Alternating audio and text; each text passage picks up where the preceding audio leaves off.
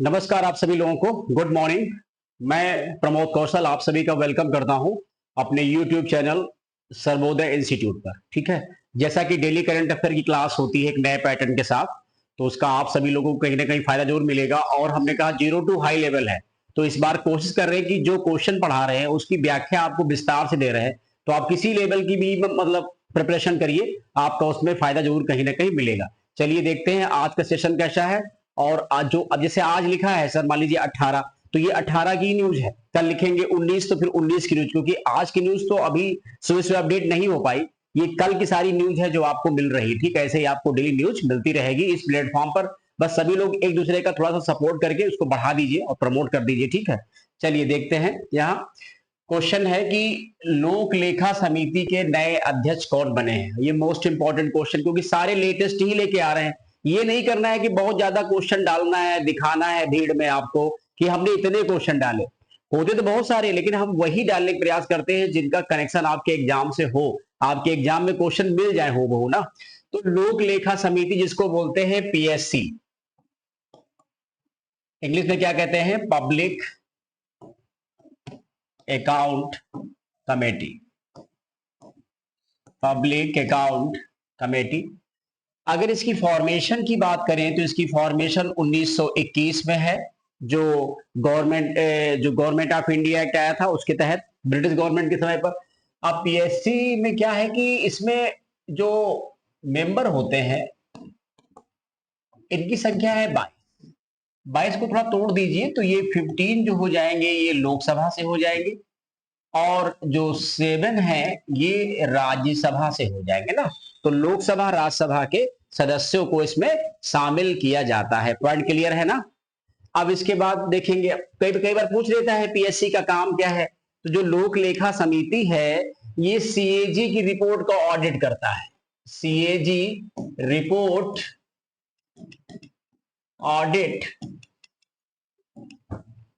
Audit bye PSC. तो ये एक बड़ी इंपॉर्टेंट समिति है।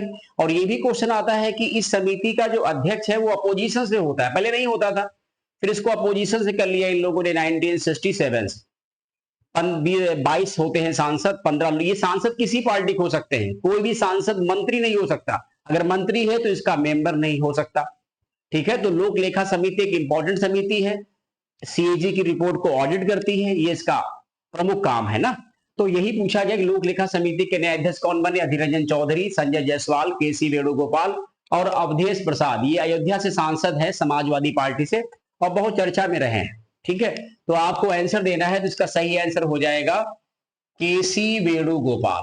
किसके साथ जाएंगे हम लोग, केसी वेणुगोपाल के साथ। यही है, अधीर रंजन चौधरी से पहले पीएससी के अध्यक्ष थे, क्योंकि हमेशा अपोजिशन से होता है, तो जाहिर सी बात अपोजिशन में जो सबसे बड़ी पार्टी होगी वो कांग्रेस है।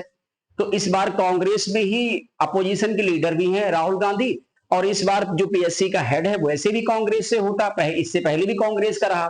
चाहे कितनी भी सीटें, जो सबसे बड़ा अपोजिशन में दल होगा उसको मिलेगा। तो इस बार जो है वो कांग्रेस के ही सांसद हैं, केसी वेणुगोपाल। आइए जरा अब इसकी व्याख्या कर लेते हैं क्या क्या लिखा है इसमें।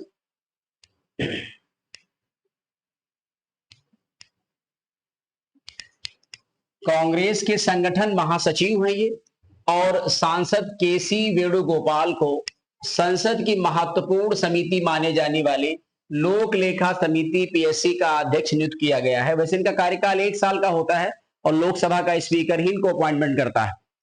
वहीं भाजपा सांसद संजय जायसवाल को प्राक्कलन समिति का प्रमुख बनाया गया है। ठीक है, प्राक्कलन समिति मतलब ये क्या हो जाएगी, एस्टीमेट कमेटी। एस्टीमेट कमेटी, प्राक्कलन समिति ना, एस्टीमेट कमेटी, ये बात हो गई। तो एक एस्टीमेट कमेटी के संजय जायसवाल, और पीएससी के जो हो जाएंगे उनका नाम क्या है, केसी वेणुगोपाल। भूलेंगे नहीं, ध्यान रखेंगे, एग्जाम में डिफरेंट क्वेश्चन मिलेगा अगर आप इस प्लेटफॉर्म से पढ़ते हो और जुड़ते हो। अब बात करते हैं क्वेश्चन नंबर 2 की।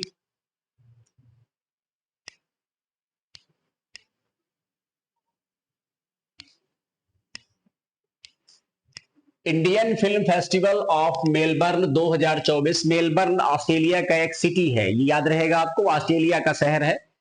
के विजेताओं की घोषणा में अभी उनके जो विनर्स है उनका अनाउंसमेंट किया गया है। Indian film festival of Melbourne 2024, सर्वश्रेष्ठ फिल्म का पुरस्कार किसको मिला है, सबसे बेस्ट मूवी किसको? ठीक है, ऑप्शन है आपके पास चंदू चैंपियन, बारहवीं फेल, जवान और डंकी, 4 ऑप्शन है। इसमें से राइट ऑप्शन, और आप सब लोग ट्राई कर सकते हो तो उस पर ही आंसर जो है कमेंट करके आप जो है यूट्यूब पर ही आप दिया करिए। तो इसका राइट आंसर क्या हो जाएगा? 12वीं फेल। ये ध्यान रखेंगे, बहुत चर्चा में मूवी रही है और बड़ी अच्छी मूवी है। अक्सर विद्यार्थियों को ऐसी मूवी देखनी चाहिए, ठीक है, जो परेशान हो जाते हैं। इसके बाद क्या है पॉइंट यहां पर, इसकी व्याख्या देख लेते हैं हम लोग। देखिए, Indian film festival of Melbourne 2024 के विजेताओं की घोषणा कर दी गई है। ठीक है, ये बात सही है, अनाउंसमेंट कर दिया गया। इस अवार्ड फंक्शन में अभिनेता विक्रांत मैसी यही बने हैं। ये एक रियल में आईपीएस है, मनोज कुमार शर्मा, जो मुरैना मध्य प्रदेश के हैं। उन्हीं की रियल लाइफ की स्टोरी है, किस प्रकार से उन्होंने संघर्ष किया है। अगर किसी ने इस मूवी को देखा होगा तो जरूर इस पे से थोड़ा बहुत उसने प्रेरणा या मोटिवेशन मिला होगा कि संघर्ष क्या है, कैसे आगे बढ़ा जाता है। फिर क्या लिखा है? विक्रांत मैसी 12वीं फेल के प्रमुख कलाकार हैं। और ये फिल्म के जो निर्देशक है, ये बहुत इंपॉर्टेंट, कई बार पूछ लेता है फिल्म के डायरेक्टर कौन है। तो फिल्म के डायरेक्टर है विधु विनोद चोपड़ा की मूवी 12वीं फेल ने बेस्ट फिल्म का खिताब जीता है। कार्तिक आर्यन को फिल्म चंदू चैंपियन, अभी देखा होगा सिनेमा हॉल में भी कुछ दिन पहले चल रही थी चंदू चैंपियन, ये भी एक रियल स्टोरी बेस्ड मूवी है।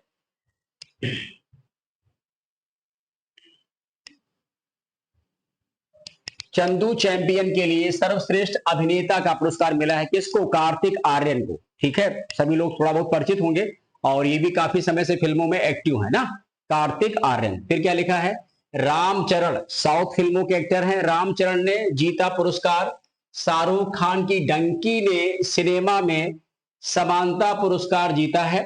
तेलुगु अभिनेता रामचरण को भारतीय कला और संस्कृति का राजदूत नामित किया गया है। ये बहुत इंपॉर्टेंट पॉइंट है। ये पहले ऐसे कलाकार हैं भारत से जिनको इस प्रकार का एक ओहदा मिला हुआ है। किसको? रामचरण को भारतीय कला और संस्कृति का राजदूत नामित किया गया है। ये ध्यान रखेंगे पॉइंट, कई बार ऐसे क्वेश्चन पूछ लेते हैं कि किसे नामित किया गया है। तो अगर आपने ढंग से पढ़ा है, बढ़िया पढ़ के गए हो, तो फिर डरने नीड नहीं है, सिर्फ लर्निंग नीड है बस। फिर क्या लिखा है? जबकि संगीतकार ए.आर. रहमान ने सिनेमा में उत्कृष्टता के लिए पुरस्कार जीता है। तो ध्यान रखेंगे, शाहरुख खान की डंकी ने, ठीक है, और रामचरण की, ठीक है, ये तेलुगु अभिनेता है, कला और संस्कृति का राजदूत नामित किया गया है इंडियन फिल्म फेस्टिवल मेलबर्न। अब देखते हैं अगला क्वेश्चन क्या है। क्वेश्चन नंबर है 3rd। न्यूयॉर्क में आयोजित 42वां इंडिया डे परेड में मुख्य अतिथि किसे बनाया गया है ना। अभी न्यूयॉर्क में क्या है कि इसी आज मतलब कल ही हुआ है, संडे को आयोजित 42वां, ठीक है, 42वां इंडिया डे परेड में मुख्य अतिथि किसे बनाया गया है। ऑप्शन है पंकज त्रिपाठी, मनोज तिवारी, रवि किशन, शशि थरूर।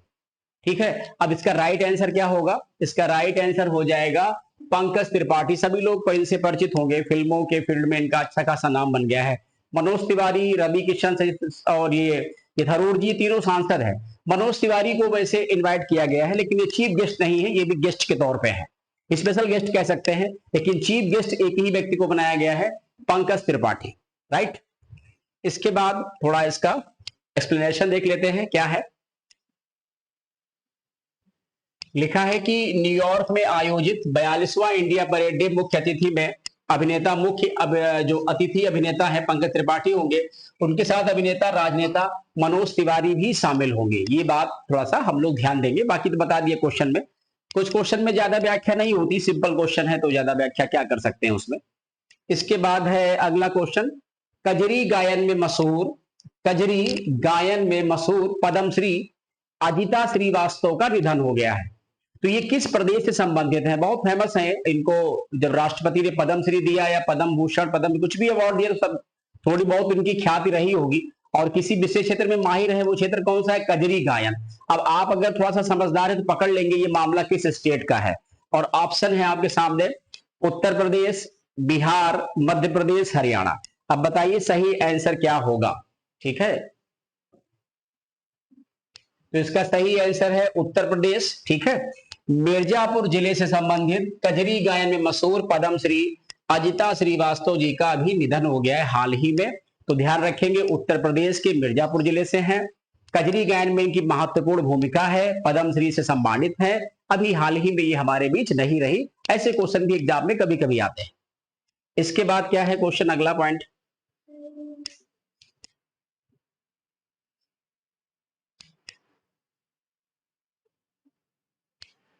राजभाषा गौरव पुरस्कार देने की घोषणा किसको की गई है? इंपॉर्टेंट क्वेश्चन है। राजभाषा गौरव पुरस्कार देने की घोषणा किसको की गई? ऑप्शन है मालिनी अवस्थी, ज्योतिष जोशी, शरद पगारे, ममता कालिया। राइट, अब इनमें से कोई एक आंसर होगा। एक आंसर क्या होगा? इसका आंसर होगा ज्योतिष जोशी। मालिनी अवस्थी को भी सम्मानित किया गया है, अगर आप देखेंगे तो मॉरिशस के पीएम ने भी सम्मानित किया है। शरद पगारे, ममता कालिया दोनों व्यास अवार्डी हैं, इनको व्यास सम्मान से सम्मानित किया गया। ऑप्शन बनाए गए ऐसे हैं, तो ज्योतिष जोशी इसका राइट आंसर होगा। बी के साथ जाएंगे ना। नोट क्या है, प्रसिद्ध आलोचक ज्योतिष जोशी को राजभाषा गौरव पुरस्कार देने की घोषणा की गई है। उनको पुरस्कार भारत मंडपम में, ये भारत मंडपम कहां पड़ता है?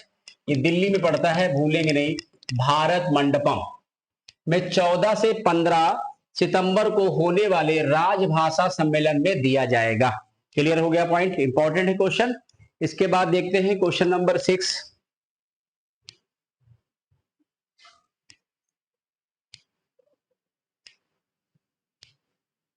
भारतीय सेना ने हाल ही में पर्वत प्रहार यानी पहाड़ों पर हमला करना, कैसे पहाड़ों पर हमला करें, कैसे सेना मजबूत हो, और पहाड़ों की जो लड़ाई होती बड़ी कठिन होती है, तो उसके लिए एक प्रयास किया है भारतीय सेना ने, इसीलिए उसका नाम दिया है।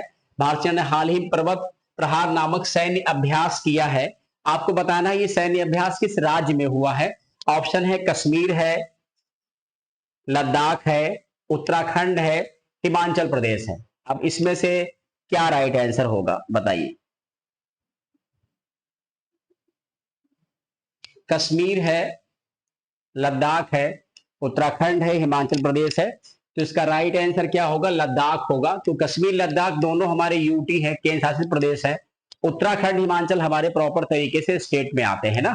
तो अभी देखा होगा आपने, हरियाणा और जम्मू कश्मीर में विधानसभा के चुनाव भी होने हैं, और ये सितंबर अक्टूबर में मतलब सितंबर में हो जाएंगे। अक्टूबर तो आपको नई गवर्नमेंट मिल जाएगी, वहां कौन बना।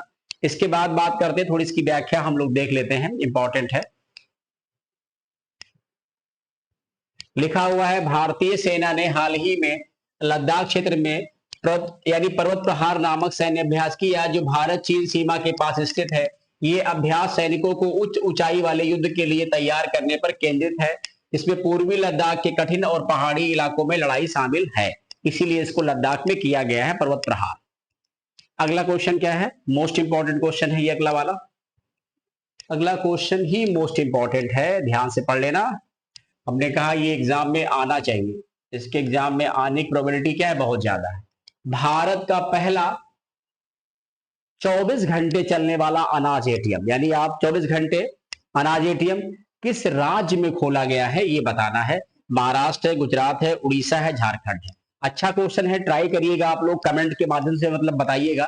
सही आंसर इसका क्या होगा? ओडिशा होगा। ठीक है, वहीं पर ऐसी व्यवस्था की गई है। अब जरा हम लोग इसकी व्याख्या पढ़ लेते हैं कि ये एटीएम किस तरीके से काम करेगा, कौन कौन लोग इसका लाभ इसका ले सकते हैं ना, ये चीजें। तो जरा इसको भी पढ़ लीजिए आप लोग। देखिए ये व्याख्या थोड़ी बड़ी हो सकती है। उड़ीसा के भुवनेश्वर में भारत का पहला 24 आवर्स चलने वाला अनाज एटीएम खोला गया है। क्या खोला गया? अनाज एटीएम। जैसे पैसा का मनी एटीएम, अनाज एटीएम, मिल्क एटीएम, इसे अन्नपूर्ति अनाज एटीएम के नाम से भी जाना जाता है। इसे क्या नाम, इसका नाम क्या है? अन्नपूर्ति अनाज एटीएम, जिसे विश्व खाद्य कार्यक्रम के सहयोग से डिजाइन और विकसित किया गया है। इसके अंतर्गत भारत में वैध सार्वजनिक वितरण प्रणाली, जो हमारा पीडीएस सिस्टम है, पब्लिक डिस्ट्रीब्यूशन जो सिस्टम है, राशन कार्ड वाला कोई भी व्यक्ति, चाहे वो किसी भी राज्य केंद्र शासित प्रदेश का हो, अनाज प्राप्त कर सकता है। ये एटीएम 5 मिनट में 50 किलोग्राम तक अनाज वितरित कर सकता है, यानी 5 मिनट में 50 किलोग्राम तक अनाज देने की क्षमता है इसकी। ठीक है, फिर क्या लिखा है? विश्व खाद्य कार्यक्रम संयुक्त राष्ट्र की एक शाखा है, ठीक है, जो भूख उन्मूलन से संबंधित,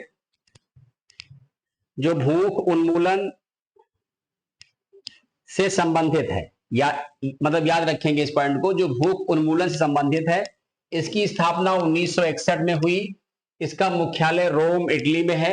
ये 1963 से भारत में काम कर रहा है। इसे 2020 में नोबेल शांति पुरस्कार से सम्मानित किया गया है। ये है विशेषता, ठीक है। तो ये सारी बातें आप लोग ध्यान से पढ़ लीजिएगा और फिर जैसा हो देखना, अपनी बात रखना, कैसे क्या और अच्छा किया जा सकता है ना। इसके बाद क्या है point, question number 8।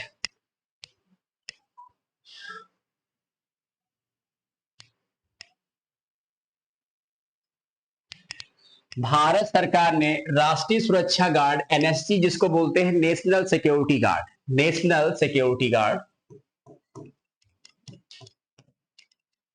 National security guard के महानिदेशक पद का अतिरिक्त प्रभार सौंपा है। मतलब अब ये चीज आप सभी लोग अपडेट कर लेना सारे विद्यार्थी, क्योंकि हमने कुछ दिन पहले कुछ और पढ़ाया है, जो मेरे पास डेटा था वही पढ़ाया। क्योंकि अपॉइंटमेंट में बहुत फास्ट चेंजेस होते हैं। हो सकता है किसी वजह से इस्तीफा दे दिया हो, या कोई कंडोलेंस हो गई हो, या वो व्यक्ति ऐसा है जिसको अपॉइंटमेंट किया गया, सरकार उससे नाखुश रहती हो, या उसका कार्य अच्छा ना हो। तो कई कारण होते हैं, 2-3 कारण से भी उसको हटाया जा सकता है, रिप्लेसमेंट कर सकते हैं। तो एनएसजी के जो डीजी थे, इनका ही नाम था नलिन प्रभात, नलिन प्रभात। तो इनको सरकार ने रिप्लेसमेंट किया और इनकी जगह पर किसको बनाया है नया, ये नए बने हैं अनीश दयाल सिंह। तो आपको ध्यान देना है, अनीश दयाल सिंह को ही अतिरिक्त प्रभार दिया गया है, किसका, एनएसजी का। एक बात तो ये समझ लेंगे आप सभी लोग। अब इसके बाद क्या है ऑप्शन में, देख लेते हैं पॉइंट। ठीक है, अजय कुमार भल्लस कोई मतलब नहीं है, ये इससे पहले भारत के होम सेक्रेटरी थे, अब तो कुछ भी नहीं है इस समय। अब इसमें क्या है लिखा हुआ है पॉइंट,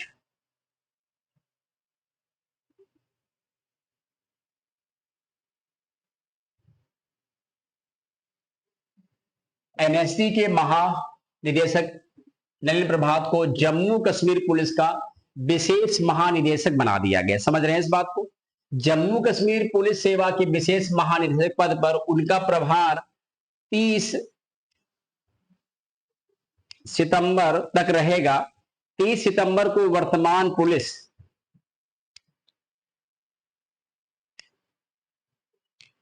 30 सितंबर को वर्तमान पुलिस महानिदेशक आर स्वैन की सेवानिवृत्त होने के बाद 1 अक्टूबर से वो राज्य पुलिस के महानिदेशक का प्रभार संभाल लेंगे। कौन संभाल लेंगे, नलिन प्रभात जी। अब बात करते हैं अनीश दयाल सिंह की। केंद्र सरकार ने सीआरपीएफ के महानिदेशक अनीश दयाल सिंह को राष्ट्रीय सुरक्षा गार्ड के महानिदेशक का अतिरिक्त प्रभार सौंपा है। यही बात हम आपको बताना चाह रहे हैं, ठीक है। तो ध्यान से सारी बातों को नोट कर लीजिएगा, जितना अच्छा नोट्स बना ले, क्योंकि आने वाले जो एग्जाम है उसमें बहुत ज्यादा हेल्पफुल हो जाएगा ना। अब आगे देखो पॉइंट क्या है,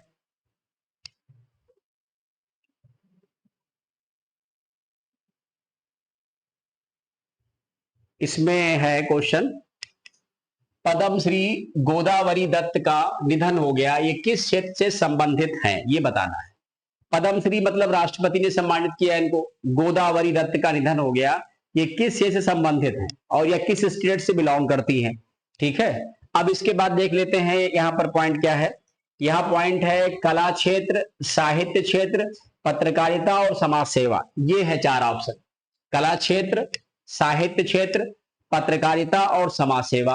तो इसका राइट आंसर क्या हो जाएगा, इसका राइट आंसर हो जाएगा कला क्षेत्र। क्लियर हो गया ना, गोदावरी दत्त का। अब इनके बारे में थोड़ा सा हम आपको एक्सप्लेन कर देते हैं, क्या है क्या नहीं है ना।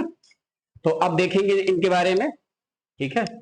ये नोट बना के लिखा हुआ है, मधुबनी पेंटिंग के क्षेत्र में एक चमकता नाम पद्मश्री गोदावरी दत्त जी का है, जो 93 वर्ष की आयु में निधन हो गया। 1930 में बिहार के दरभंगा जिले से संबंधित मधुबनी पेंटिंग की मशहूर कलाकार हैं। तो मधुबनी पेंटिंग सभी लोग जानते हैं, ठीक है। मधुबनी पेंटिंग मतलब बिहार, ये दरभंगा जो है जिले की है ना। तो मधुबनी पेंटिंग मतलब मधुबनी डिस्ट्रिक्ट के नाम पर ही है।